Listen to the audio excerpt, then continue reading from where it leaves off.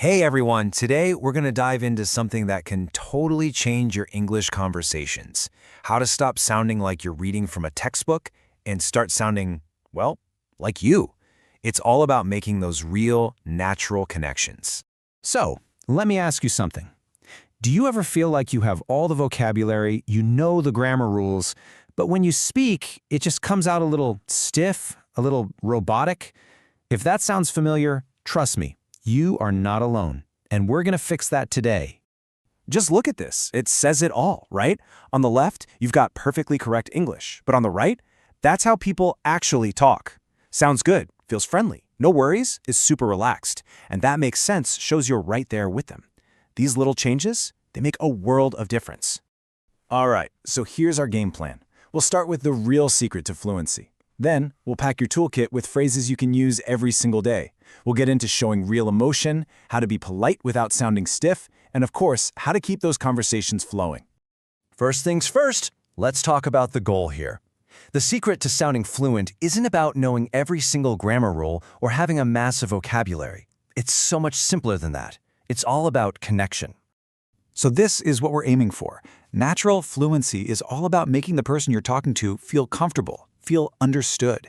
It's not about speed, it's about creating a smooth conversation where ideas can just flow. Okay, let's get into the good stuff, the practical tools. Think of these phrases as the foundation of almost every casual, everyday conversation you're going to have. And we're starting with a classic, no worries. I promise you will hear this one all the time. It's just the perfect laid-back response when someone says sorry for something minor.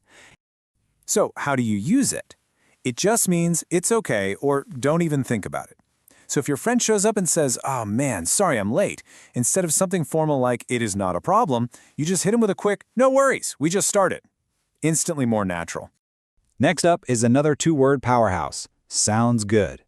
This is your go-to phrase whenever you're agreeing to a plan and you want to sound positive and easygoing. It basically means, yep, I'm on board with that plan. Someone suggests, hey, let's meet up at 7, responding with sounds good just has this positive energy. It's so much warmer than a flat okay.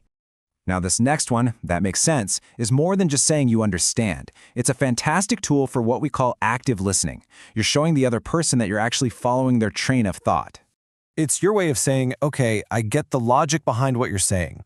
So when someone tells you, ugh, I'm so tired because I woke up super early, replying with, that makes sense, just shows that you get it. It's a huge part of sounding engaged. All right, so we've got the basics down. Now let's add some personality, some real emotion to our English. These are the phrases that make you sound like a real person, not a robot. Ooh, this is a fun one. No way is what you say when you are genuinely surprised or you just can't believe what you're hearing. Your friend tells you they won concert tickets? No way is the perfect reaction. And for amazing news, you need something with a little more punch. That's awesome is perfect. It's just a really high-energy way to say, that's fantastic, or that's incredible. It's pure positivity. And when someone you know shares a big achievement, like they landed their dream job, this is what you say. I'm so happy for you. It's so warm and sincere, and it shows that you're genuinely celebrating with them. On the other hand, when someone shares some not-so-great news, I'm sorry to hear that, is the kind, gentle, and respectful response. It shows you care, and it's pretty much always the right thing to say. Now, let's get into politeness. This is tricky, because sometimes trying to be polite can actually make you sound more robotic. The trick is to soften your language just a little bit. This slide shows that softening technique perfectly. Instead of a direct order like "send me that file," turning it into a question like "do you think you could send me that file?" is so much more polite. Phrases like "I was wondering if" or "would you mind" are absolute magic for sounding respectful and natural. And what about when someone helps you out? Thank you is always good, of course, but saying "I really appreciate it" is even better. You know why? It just has more weight. It communicates that what they did actually mattered to you. It's warmer, and it feels a lot more sincere. Okay, last section. Let's talk about the engine of a good conversation. These are the phrases that keep things moving forward and show the other person you're not just waiting for your turn to talk, you're actually listening. Agreeing is the easy part, right? Absolutely, exactly. But disagreeing without being rude?